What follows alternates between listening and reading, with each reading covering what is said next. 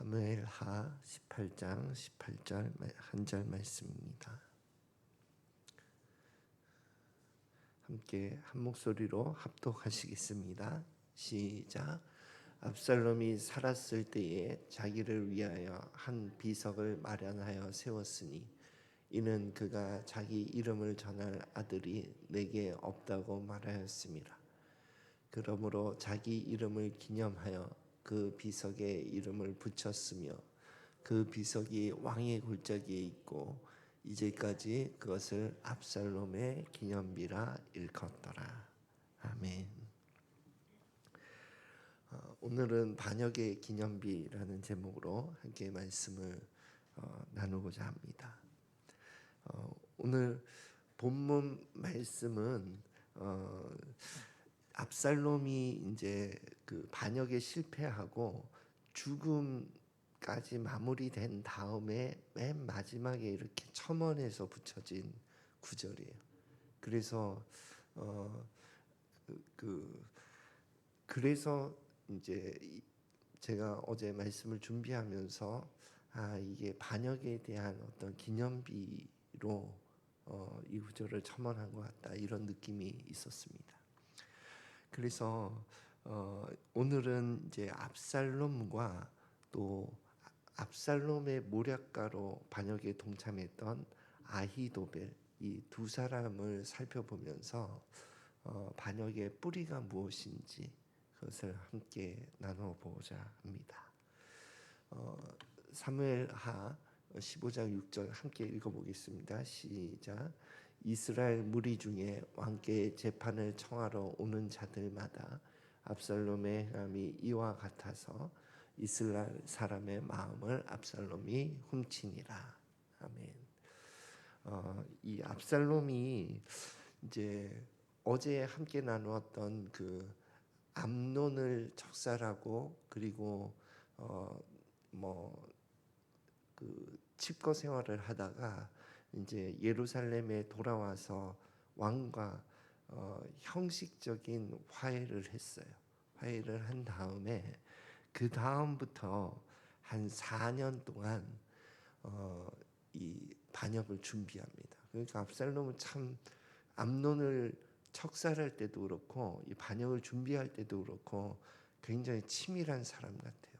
그래서 4년 동안 어떤 일을 했냐면 그가 다닐 때마다 그 말과 병거를 대동하면서 호위병을 한 50명 정도 거느리고 이렇게 다니는 거예요. 그걸 한번 상상해 보십시오. 뭐 어디를 갈 때마다 병거와 말이 하고 한 50명이 같이 척척척척 이렇게 움직인다고 생각해 보십시오. 이것은 이제 자기 왕에 대한 이미지를 심어주는 거예요. 사람들에게. 다른 왕자들은 그렇게 안 움직이거든요. 그런데 압살롬은 그렇게 움직였다는 거예요. 그러니까 왕권에 대한 시각적인 이미지를 이제 백성들에게 심어주고 그 4년 동안 그렇게 했다는 거죠. 그리고 왕과 백성들의 민심을 갈라놓는 일을 했는데 이런 식으로 했습니다. 이제 왕에게 재판할 일이 있어서 이제 지파가 다 흩어져 있으니까 지파에서 사람이 오면 예루살렘에 오면 물어보는 뭐 때문에 왔냐? 송사 때문에 왔다. 어느 지파냐? 그럼 뭐 유다 지파다. 뭐 무슨 일이냐? 들어보면서 이 송사는 네가 옳기는 옳지만 이 일을 재판할 수 있는 사람은 왕이 세우지는 않았다. 어떡하냐? 그러면서 나를 재판관으로 세워서 이 일을 재판할 수 있다면 참 내가 공의로 이것을 재판할 텐데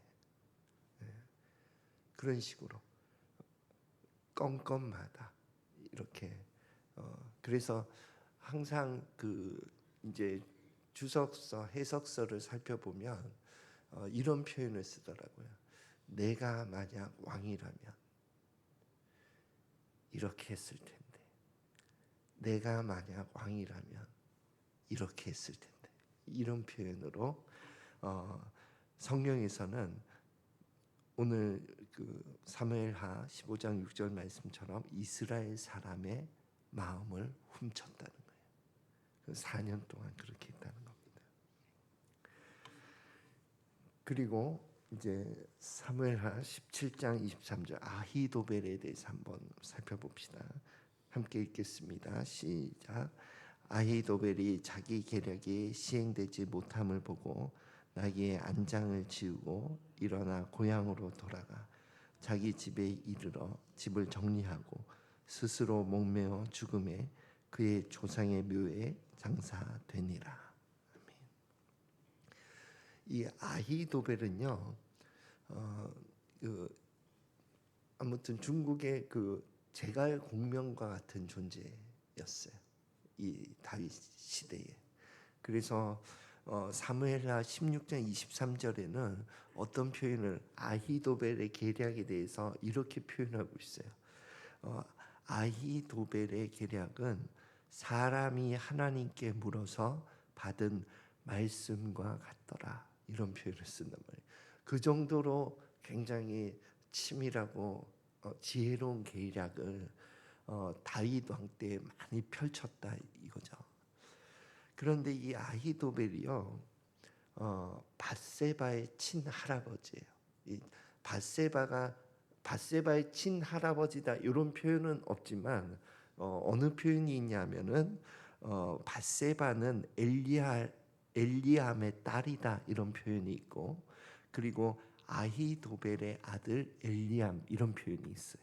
그래서 그 두 개를 연결해서 보면 할아버지가 되는 거죠. 그래서 아히도벨은 밧세바의 친할아버지였어요. 그리고 압살롬이 반역을 일으킬 당시에 예루살렘에 있지 않고 고향 길로에 있었어요. 그래서 길로에서 픽업을 한 거예요, 압살롬이. 그래서 이런 사정 상황들을 살펴보았을 때 밧세바 사건의 진상이 드러난 이후에, 그래서 다윗 왕이 밧세바와 간음하고 그리고 살인 교사로 우리아를 죽인 이 사건이 다 드러났을 때에 아히도벨이 다윗을 떠난 것으로 추정하는 거죠. 그래서 말씀 읽고 계속 보겠습니다. 이걸 안 봤구나. 자, 함께 읽겠습니다. 15장 1절 시작. 그 후에 압살롬이 자기를 위하여 병과 말들을 준비하고 호위병 50명을 그 앞에 세우니라. 아멘. 이 압살롬의 반역의 뿌리에는 교만이 있었어요. 그래서 교만의 그 표현으로 이제 압살롬이 말과 병거들 호위병 50명을 그 앞에 세울 때에 자기를 위하여라는 그 단어를 붙여놨거든요. 그러니까 이 교만이든 어떤 이 교만이라고 하는 것은 정말 사단의 속성이에요. 예. 그래서 하나님을 반역했던 이 사단은 자기를 위하여 자기의 힘으로 그 일을 행한 것. 죄성이 거기에 완전히 녹아 있는 거예요. 그래서 나를 위하여 내가 내 힘으로 내 계획과 내 방법으로 이 동기로 하는 일들은 내가 굉장히 주의 깊게 살펴봐야 돼요. 나를 위하여 내가 내 힘으로 내 계획과 내 방법으로, 이것은 하나님의 성품이 아니거든요. 그래서 압살롬의 반역의 뿌리는 교만이었어요. 그래서 스스로 자기 왕국을 세우려고 했던 거예요. 이 반역에는요, 이런 내용이 녹아있지 않은 것 같아요. 어떤 반역이든 하나님 나라 안에서 일어나는 것은 더더욱 주님이 주님의 능력으로, 주님의 계획과 주님의 방법으로 이렇게 가지 않아요. 내가 내 힘으로, 내 계획과 내 방법으로 이걸 내려놓지 않아요. 그래서 이 압살롬의 반역의 뿌리는 교만에 있고, 이 교만의 뿌리를 둔 반역은 우리의 일상의 삶 가운데 많이 일어납니다. 우리 각자의 삶 가운데에도. 그래서 교만의 뿌리를 둔 이 반역을 주의 깊게 살피고 회개를 할 필요가 있는 거예요. 자, 그다음 사무엘하 16장 21절 함께 읽어보겠습니다. 시작. 아히도벨이 압살롬에게 이르되 왕의 아버지가 남겨두어 왕을 지키게 한 후궁들과 더불어 동침하소서. 그리하면 왕께서 왕의 아버지가 미워하는 바 됨을 온 이스라엘이 들으리니 왕과 함께 있는 모든 사람의 힘이 더욱 강하여지리이다 하니라. 아멘. 아히도벨의 반역에는 용서치 못한 상처가 있는 거예요. 그러니까 압살롬의 반역의 뿌리는 교만에 있고, 아히도벨의 반역의 뿌리에는 용서치 못한 마음의 내적 상처가 있는 겁니다. 그래서 하나님께 대하여 어떻게 저런 자를 하나님이 그냥 내버려 둘 수가 있습니까? 여기서 시작되는 거예요. 그리고 절대로 나는 용서하지 못한다. 언젠가 반드시 내가, 이 마음이 녹아 있어요. 그래서 압살롬의 반역이 성공해서 예루살렘에 들어갔을 때에 아히도벨이, 이 방법은 보통 고대 왕국에서 다른 나라를 침략해서 왕권을 침탈했을 때에 주로 행했던 방법이긴 해요. 왕의 후궁들과 동침함으로 이 나라의 왕권을 지배했다, 완전히 지배했다는 것을 행하는 그런 어떤 관습이기도 하지만, 그러나 이것은 밧세바 사건에 대한 내적 상처의 발현이기도 하다 이거예요. 그래서 오늘 말씀을 정리하자면 이 압살롬의 반역의 뿌리에는 교만이 있고, 아히도벨의 반역의 뿌리에는 내적인 상처가 있는 거예요. 그런데 하나님 나라에서 이 권위에 대한 기준은 딱 두 가지 기둥으로 그 권위를 하나님께서 바치고 인정하고 있는데, 하나는 하나님의 주권이고 또 하나의 기둥은 공의입니다. 그래서 하나님의 주권을 좀 어떻게 표현할까를 묵상하면서는 누가 세웠는가, 그게 한 기둥이에요. 이를 누가 세웠는가. 그래서 사울 왕을 다윗이 건드리지 않은 것은 정말 명백히 무고한 나를 죽이려고 하는 왕이지만, 이를 누가 세웠는가에 대한 답은 하나님이 세웠다 하는 답이 나오기 때문이에요. 그래서 손대지 않은 거잖아요. 그래서 한 기둥은 하나님의 주권이에요. 누가 세웠는가. 그리고 또 하나의 기둥은 공의인데 누구를 위한 일인가 하는 거예요.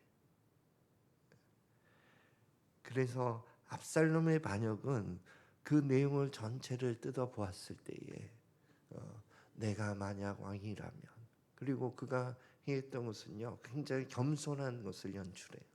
누가 자기에게 와서 절하려고 하면 그 손을 잡고 입 맞추더라. 이 형제의 예거든요.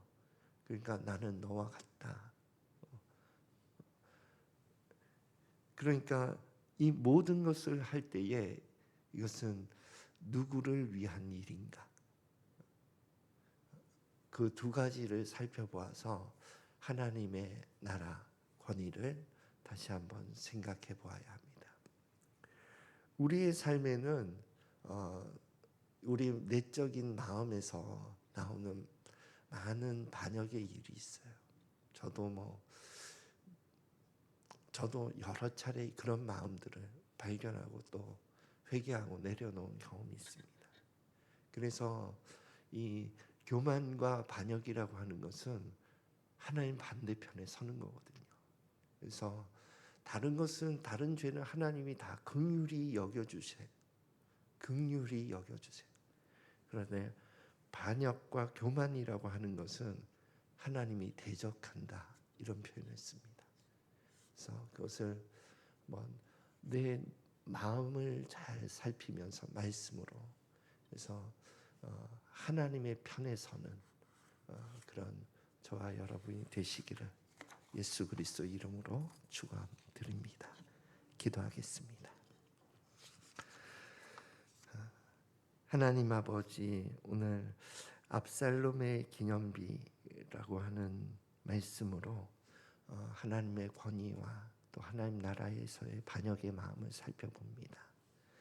우리의 삶 가운데 이런 반역의 마음이 우리의 마음을 지배할 때에 주님의 은혜로 그것을 말씀으로 보게 하여 주시고 그것을 내려놓고 회개하는 은혜가 우리의 삶 가운데 늘 있게 하여 주옵소서.